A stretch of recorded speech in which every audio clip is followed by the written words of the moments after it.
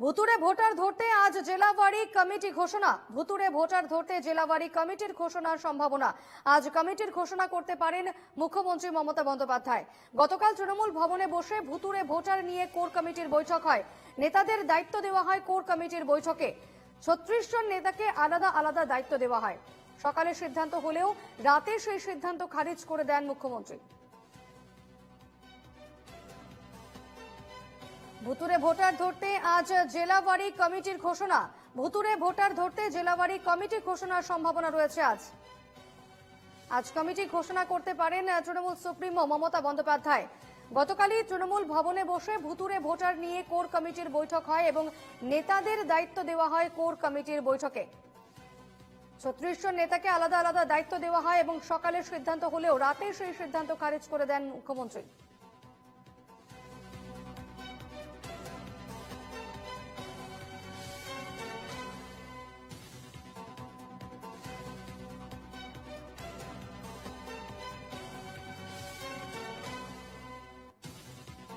একই এপিক নম্বর থাকা ভুতুড়ে ভোটার নিয়ে ইতিমধ্যেই সরগরম হয়েছে রাজ্য শাসক দল তৃণমূল কংগ্রেস এবং এই ভুতুড়ে ভোটার ধরতে আজ জেলাওয়ারি কমিটি ঘোষণার কথা রয়েছে এবং এই কমিটি ঘোষণা করতে পারেন মুখ্যমন্ত্রী। বিস্তারিত জানবো, কথা বলবো। আমাদের সঙ্গে টেলিফোনে রয়েছেন প্রতিনিধি রণজয় মুখোপাধ্যায়। রণজয়, ভুতুড়ে ভোটার ধরতে আজ কি কমিটি ঘোষণা হচ্ছে, কি জানা যাচ্ছে?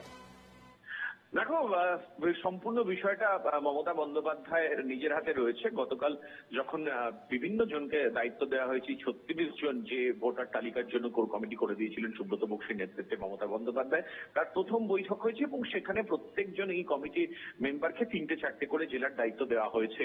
এবং সেই জায়গা থেকে সন্ধ্যাবেলা যখন মমতা বন্দ্যোপাধ্যায়ের কাছে এই বিষয়ে খবর পৌঁছয়, সেই সময় মমতা বন্দ্যোপাধ্যায় তিনি সম্পূর্ণ বিষয় সম্পর্কে অবহিত ছিলেন না, অন্ধকারে ছিলেন। এবং যেহেতু এই সময় তৃণমূল কংগ্রেসের ঘনিষ্ঠ সূত্র মারফত খবর যেটা, যে এই সময় যেহেতু বিধানসভা আগামী সোমবার থেকে শুরু হচ্ছে, এরপর লোকসভা শুরু হচ্ছে, রাজ্যসভা শুরু হচ্ছে, দুই জায়গা দিল্লি এবং কলকাতায় বিধানসভা এবং লোকসভা রাজ্যসভায় তৃণমূল কংগ্রেসের যারা এমপি রয়েছেন, যারা এমএলএ রয়েছেন, মন্ত্রী রয়েছেন, তারা ব্যস্ত থাকবেন এবং মমতা বন্দ্যোপাধ্যায় চাইছেন যে দুটো জায়গাতেই দিল্লি এবং কলকাতায় তাদের ফুল পার্টিসিপেশন থাকুক এই সেশন চলাকালীন অবস্থায়। এবং যেহেতু তারা সেশনে ব্যস্ত থাকবেন, সেহেতু সেই নেতৃত্ব তারা কিন্তু এই জায়গায় তারা থাকতে পারবেন না। এবং সেই কারণেই আপাতত ভাবে যে কমিটির দায়িত্ব দেওয়া হয়েছে, এই 36 জন কমিটি মেম্বারকে বিভিন্ন জেলার দায়িত্ব দেওয়া হয়েছে, আপাতত ভাবে সেটা স্থগিত রাখা হয়েছে। কিন্তু এই ভোটার লিস্টের যে যাচাইয়ের পর্ব চলছে, কাজ চলছে, সেটাও কিন্তু তৃণমূল নেত্রী মমতা বন্দ্যোপাধ্যায় সেটাকে ডিলে করতে চান না। সেটা যেমন ভাবে চলছে, 27 তারিখে মুখ্যমন্ত্রী ঘোষণা করবার পর থেকে 28 তারিখ থেকে শুরু হয়েছে সমগ্র রাজ্যে প্রত্যেকটা জেলায় ব্লকে ব্লকে, সেটা কিন্তু সেভাবেই চলবে। সাংগঠনিক বাকি যারা থাকবেন, নেতৃত্ব থাকবেন, যারা এমপি এমএলএ বা মন্ত্রী নন, তারা এই কাজে সংযুক্ত থাকবেন। এবং সম্পূর্ণ যে তালিকা বা দায়িত্ব বন্টনের যে বিষয়টা আপাতত ভাবে স্থগিত রাখা হয়েছে, নেত্রী মমতা বন্দ্যোপাধ্যায় বললেই সেই বিষয়ে সবুজ সংকেত দেওয়া হবে দলের তরফ থেকে। সূত্রের খবর এমনটাই। বেশ, ধন্যবাদ রণজয়।